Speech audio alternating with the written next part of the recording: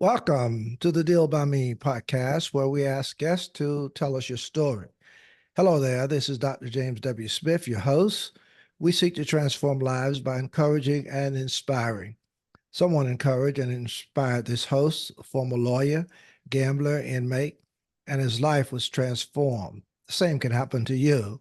So when you listen to any of the Deal by Me podcasts, please support this podcast with a donation or a monthly recurring amount for as little as $3.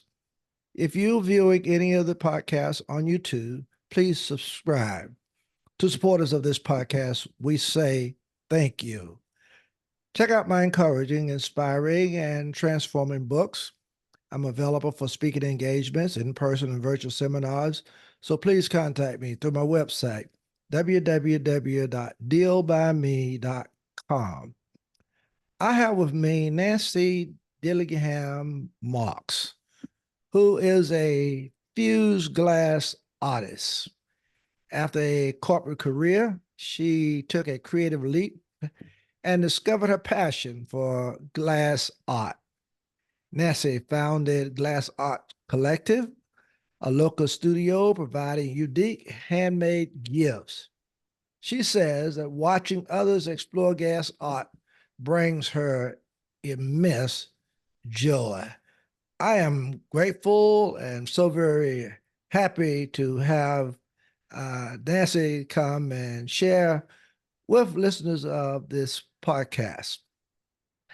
Nancy, welcome to the show. And I want to ask you first to just tell us a little bit about yourself and uh, where you've been interviewed from.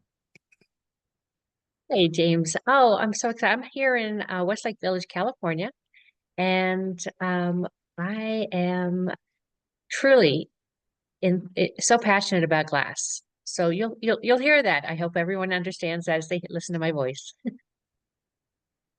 Okay. All right. That's good. I'll be honest with you. I haven't had anybody on my podcast that's so passionate about glass, but having read your profile, it is really interesting, and I know that you have a lot to say. To just talk about how others can be inspired and how you got there. So let me ask you this question. What was your unique journey from the 35 plus years corporate world to the creative realm? Because I know from your profile that you were in the corporate world and now you decided that you're going into a creative realm. What brought you there? Well, it's an interesting journey that I've had. I really did not believe I had a creative bone in my body. Hmm. So all of my positions that I'd had within corporate, none of them were in a creative environment. I was really an operations salesperson, by the book numbers person, um, and everything made perfect sense. But what really came out of it for me that benefited me so much is how much I learned I could learn. I was in positions that if you'd looked at my resume, you would have said I didn't qualify, Mhm. and yet I excelled. And that's because I did believe in myself. I knew if I put my mind to something, I could do it. And yet I never gave myself that same opportunity when it came to being creative. Uh, you know, I am, I have to admit that I know very little about this realm of glass that you are involved in. So there had to be some challenges and some surprises that came along with this transitioning into a new industry and craft, especially having been in the corporate world for 35 years. So tell us or discuss with the listener of this podcast, some of those challenges and surprises that you confronted when you decided to make that move. Well, I was getting to my third phase of life. So I needed to decide what I wanted to do next. And my dad had been taught when he was in college by his philosophy teacher that if there's nothing else you learn from this class, learn you need to have a hobby and you Mm, need to start it now because all through your life, you're going to need that for mental and benefits that you won't even know and understand that you need it for. And said he said it's hard once you get to that third phase to suddenly start something new. mhm, Well, mm, like many other things in my life, when they say something, I mhm. don't always believe that.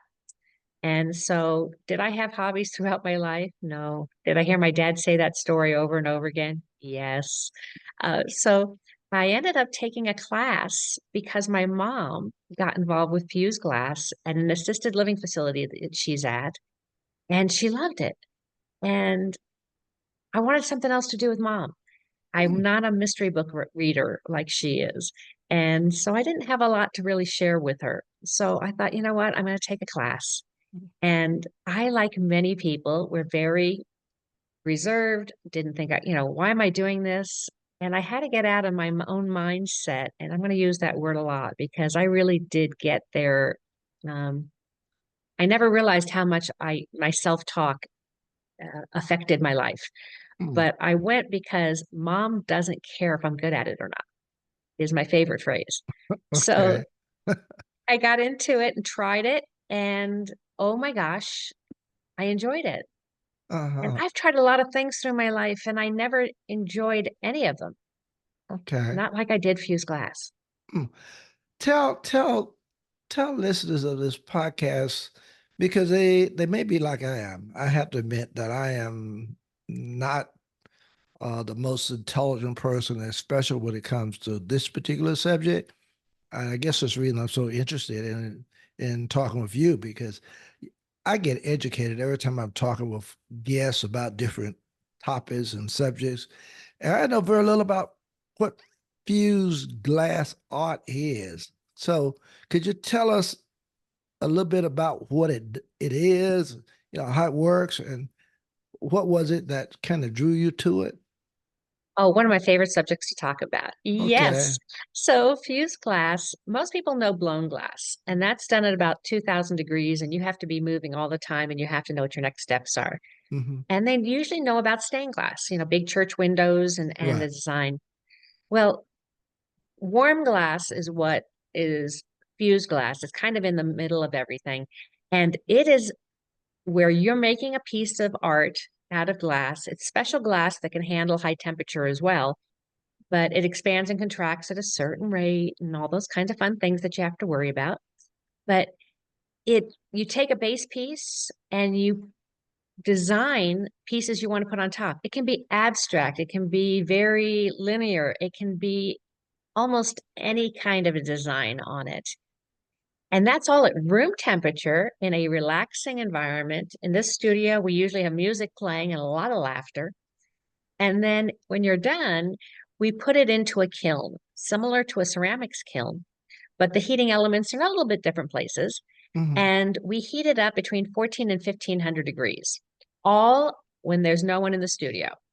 So I do it when the rates go lower to save on electricity. Our, planet needs that. Hmm. And it takes about an 18-hour cycle. It goes up slowly and it comes down slowly, similar to scuba diving, where you want to have safety stops, you want your body to rebalance. Well, you want the glass to all balance and get to the same temperature all the way through before you go to the next temperature, up or down. Mm. And then you get to open the kiln, and it's like Christmas morning, and everybody gathers around to see how do the pieces come out. And Mm. there's so many oohs and ahs. It's one of our favorite moments in the studio. I can see that that's very interesting and very challenging, intriguing. I can really feel that. So I know, there must be a lot of joy in just doing it. And you kind of talk about that, in your profile, how you get joy just seeing somebody, watching what happens as all this take place. So that's very, very, very interesting. You know, there have there must be some, I guess, notable achievements, some challenges that you face in doing all of this.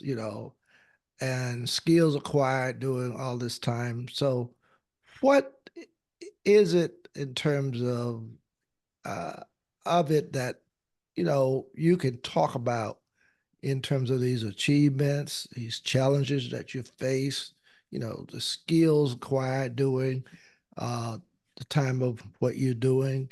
Can you just kind of elaborate just a little bit on that? Sure. Learning how to break glass correctly and safely. Mhm, People are really nervous about working with glass mhm, because most of the time when you think of breaking glass, you think of somebody getting cut. You think of, oh my mhm, gosh, this is terrible. mhm, And there is a very easy process to do it. And in my introductory to fused glass class, I go over the skills on how to do it safely, how to do it properly. mm. And I wish I had a camera live in the studio at all times because when people break their first piece of glass, their faces light up. It's like, Mm. that's all it took. It was that easy. Oh my Oh, okay. gosh. And they want to Mm, do it again immediately. mm, And okay. it's that joy when they find out that it's so much easier than they thought it was going to be. Mm. Wow. Yeah, yeah. Well, I guess you could tell that I'm amazed. I'm kind of like people who've just never done it before.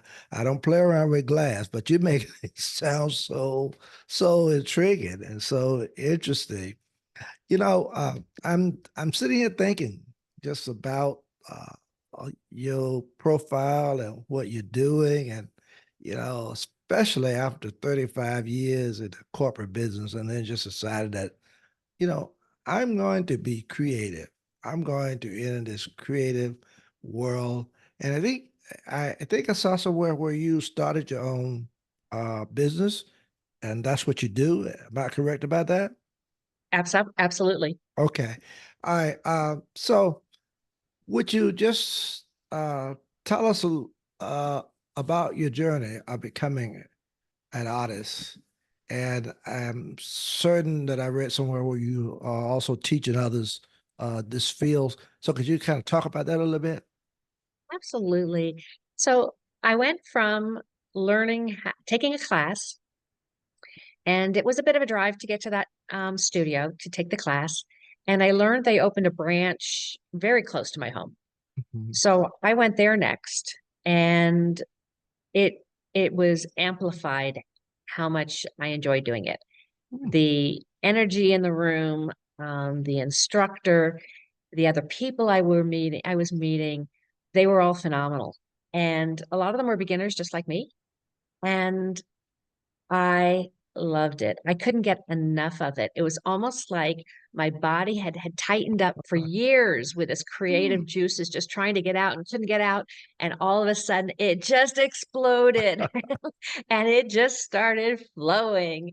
And you couldn't have stopped it if you wanted to. Um, Uh, then what had happened was the woman who owned the um, studio, this was a uh, branch again, I decided to close this location close to my home. mhm, And I was like, what am I going to do? I just, it was almost a panic attack. I mean, it wasn't that bad, but it was almost. mhm, And I went to my husband and he goes, well, you don't get the garage. I was like, well, what am I mhm, going to do? He goes, well, through your corporate career, and my last part of my corporate career was working for him in his small corporation. And I learned how to run a business. mm, So he said, you know how to run a business, open your own. And I'm mm, like, have I been doing this that long enough? I mean, I don't think I've been doing this long enough. I mean, I can open a business. Yes, I can run a business, but uh, can I do fused glass? And mm, it was like the the sky opened up and said, yes, you can, because I don't have to do it all myself. I can bring uh, in other artists to do the things I can't do. Most of them can't run a business. mm, Together, we can be a tremendous team. Um, it is my business, but I don't have to do it all. I like that. And I love so that. I was very open to, I'm going to do this. And yes, I had naysayers who said, you haven't been doing this long. You don't know what you're doing enough. Mm, And I knew in my heart I was ready. I Mm, might not, again, I'm okay that I don't know it all. I'm mm, okay that I am not advanced to the level of mhm, what you might expect an owner to be. mm, But I mm. also knew I didn't have to be. Wow. Um, Wow. and then unfortunately, COVID hit 5 weeks after I opened the doors. Mm. I saw that. I saw that as I was looking at your profile. Listen, I want to kind of just digress just a little bit because my Sure. podcast is about encouraging, inspiring, and transforming. I practiced law, then I retired from the pastorate after 32 years at the same church. And one of the things I said I wanted to do was to start a podcast where I could just hopefully have guests on that will be encouraging, inspiring, and transforming. You are a different guest, I have to admit, but I like the concept. And the concept is that of being creative. Okay. And if there are listeners of this podcast who, may not be interested in fuse glass as such, but they have a creative mind. They want to look, get out of what they're doing. They want to move into another direction, want to create something, whatever it is. What would you say to them that would be encouraging, inspiring, and maybe transforming? Well, I know not everyone wants to get into fused glass, Hmm. but I'm always hoping that my enthusiasm of learning something later in life and the joy that it brings me will inspire people to want to find what inspires them. Maybe you want to be a writer. Maybe you want Hmm. to draw. Maybe you want to paint. Maybe you want to dance. Maybe you want to play an instrument. Um, maybe you want to work with chalk. There's just so many different things you could be doing.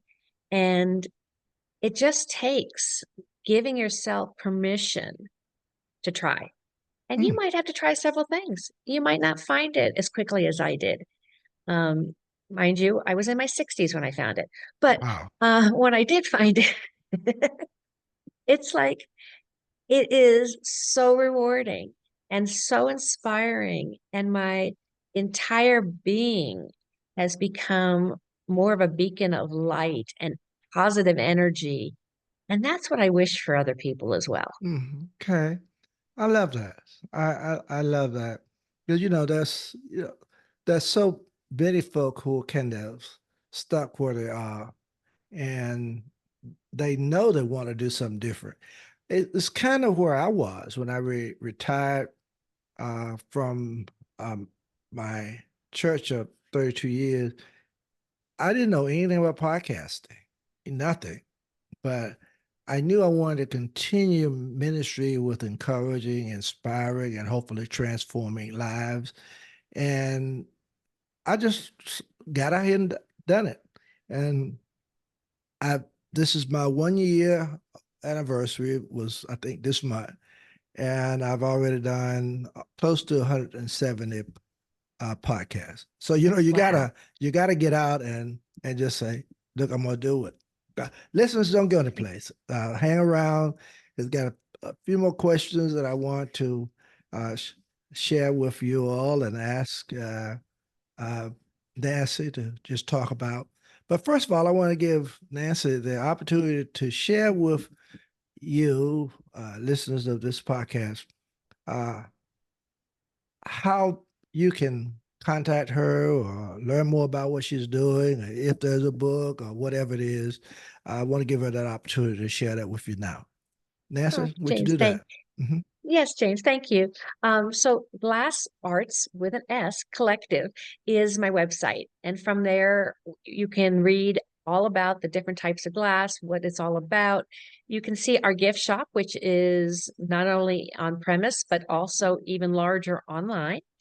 There is a gallery of things that aren't for sale that people have done as well to see. There's attachments for videos. There's just so much going on my website. And I'm just, I built it myself. So Give me a break.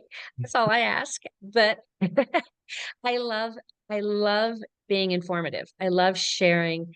And if someone really wants some inspiring, they can call me. I'm in California, 818-318-1462. And I'm happy to hear where you're at in your career and your Okay, journey. beautiful. Thank you. Thank you so much.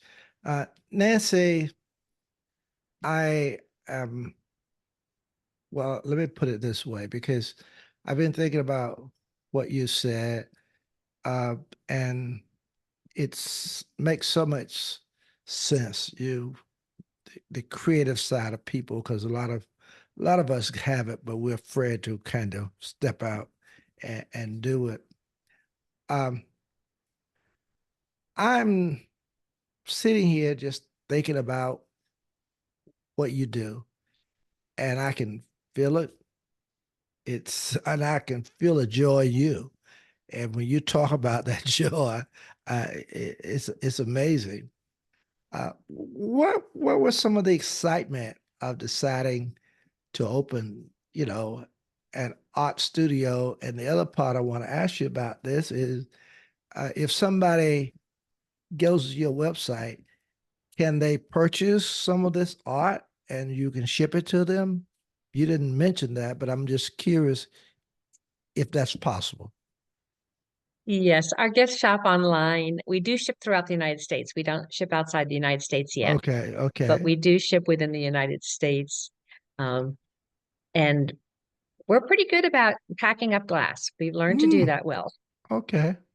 Okay. Oh, that's good to know. You didn't mention that, and I was wondering if somebody was interested, if they went to your website and they saw all these beautiful collections and stuff, could they purchase some of it and or whatever, and you could ship it to them. But I hear that you can, so that's good to know. Okay, listeners, you all hear that. Now, what was the excitement of opening an art studio? You must be some uh, some excitement with it.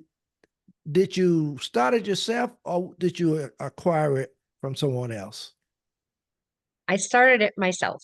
I Okay. bought equipment from other people that was used, but Hmm. I started it myself, and it was all of those things that I thought of in my corporate career that I wished had been done differently.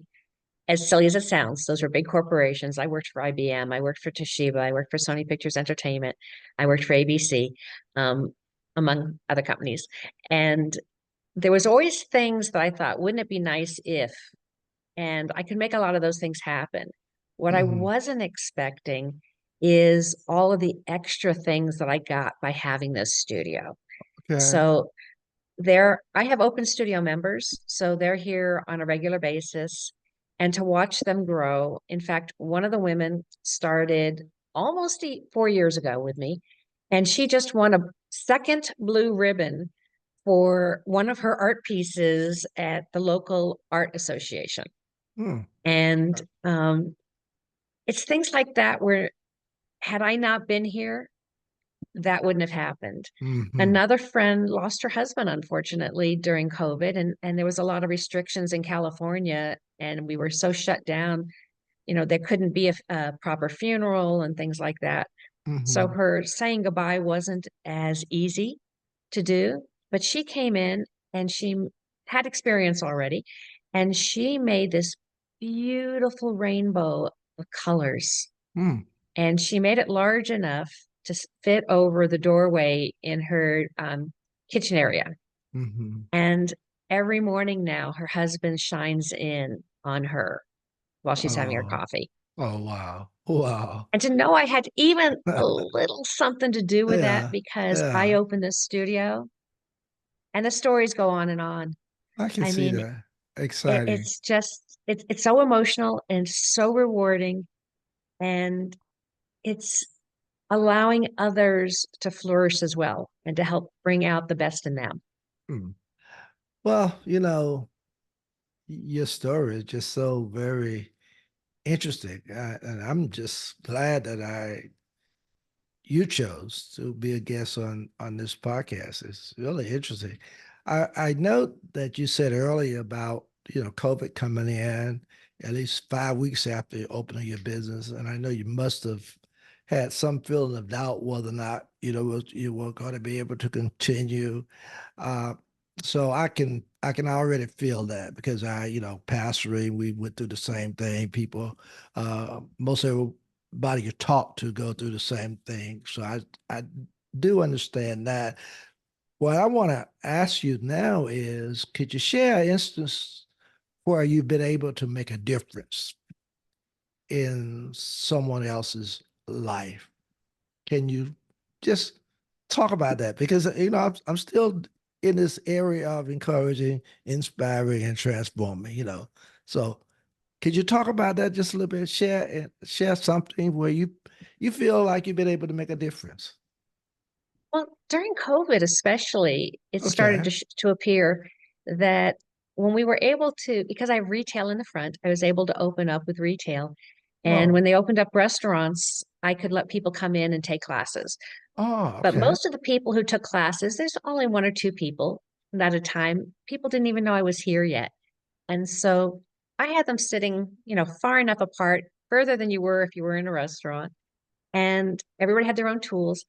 And it was a place to escape. It was a place to find joy in a time where everyone was feeling so defeated and scared and confused and isolated. And a community was built, Mm-hmm. and people would come in, and I introduced, and I still do, I introduce everyone to everyone. So when you come in as a classmate or a person just looking around, I introduce you to everybody Okay. because I liked when you feel like you're part of something bigger. And when Okay. you're just a stranger who's walking around, the feeling that you receive isn't the same. Hmm. And now this community follows my lead. And if I'm in the midst of something, they'll get up and meet the person, introduce themselves, and act as if they're part of my staff. And Okay. they'll take them around and tell them about things and say, hey, Nancy's busy at the moment. She'll be with you in a few minutes, but let me Mhm. show you this and introduce you to some people and see what I'm doing. And it's, I hear I you. could not have imagined Hmm. it being so special. Okay. Beautiful. Beautiful. Well, you know, as we get ready to bring this to conclusion, I was looking at something I think you talked about them, giving back. Uh, to tell us as we close, discuss the importance of giving back. And I assume you're talking about giving back to the community or what have you. That there is something in this that's a benefit to you. Can you kind of talk a little bit about that? Well, I always try when I can to give to community, especially education areas, schools, Okay. the boys club, the girls club, the YMCA, Hmm. um, specialty groups that are really caring for other people. I mean, I just covered probably 90% of all of the nonprofits right there. Okay. But whenever I can, I really try to give back because everything can make a difference. Even the littlest of things can make a difference to someone else. And I have a tendency of carrying in my purse some small hearts, and they're glass hearts. And when I Mm-hmm. feel someone's energy is just off, I slip them a heart and tell them they're not alone and they're a pretty amazing person. And I did that in a restaurant one time. There was a couple little mistakes made by the waitress, but she was very sweet. Everything got corrected very quickly. But you could tell she was really humiliated that she had made any mistakes. We Mm-hmm. were not designed to be perfect. We were, Right. as you know, we are designed to be human. Hmm. And that means including mistakes and accepting that and forgiving people. Sure. And so I slipped her a heart with the when we gave her her tip and the receipt back. And I said, you know what? You're pretty amazing. The little mistakes were little. mistakes and you fixed them right away. Mm, And mm, we are so honored that you took care of us. mm. And she almost started crying. And I was like, okay, I knew her energy was off, but she said, today's my first day, and I thought I was going to get fired. Oh, wow. Wow. How did it make you feel? Incredible. I know. Absolutely incredible. And I've shared this story with some other people, and they now carry hearts in their purses Mm, as well. It happened to be yeah. women that I spoke to, Yeah. but they're in roles where they have the energy to pick up on other people too. Okay. And it's the reward of just giving something, Mm, something as simple as a little right. heart Yeah. It makes a makes difference. It it makes a makes a difference. huge difference. I hear you well. I asked you about how did it make you feel because I as a pastor for years, sometimes you just don't, somebody's in the hospital or somebody is not feeling that well, and you kind of lag around. I don't know if I feel like going out here today, but then that it's part of your responsibility, and as a minister is what you need to be doing. But when you go and you can talk and you have prayer with the individual, it not only helps them, but you even feel different about it. That's the reason I asked you how do you feel? So it is something to that. And I appreciate you really sharing that. Well, Nancy, this has been an awesome interview, and I really So good. appreciate you sharing. And just again, thank you for agreeing to be Thank a you, guest James. on this podcast. It's been awesome. And there you have it. Nancy Dillingham Marks sharing with us today. And until next time, peace and blessings be with each of you.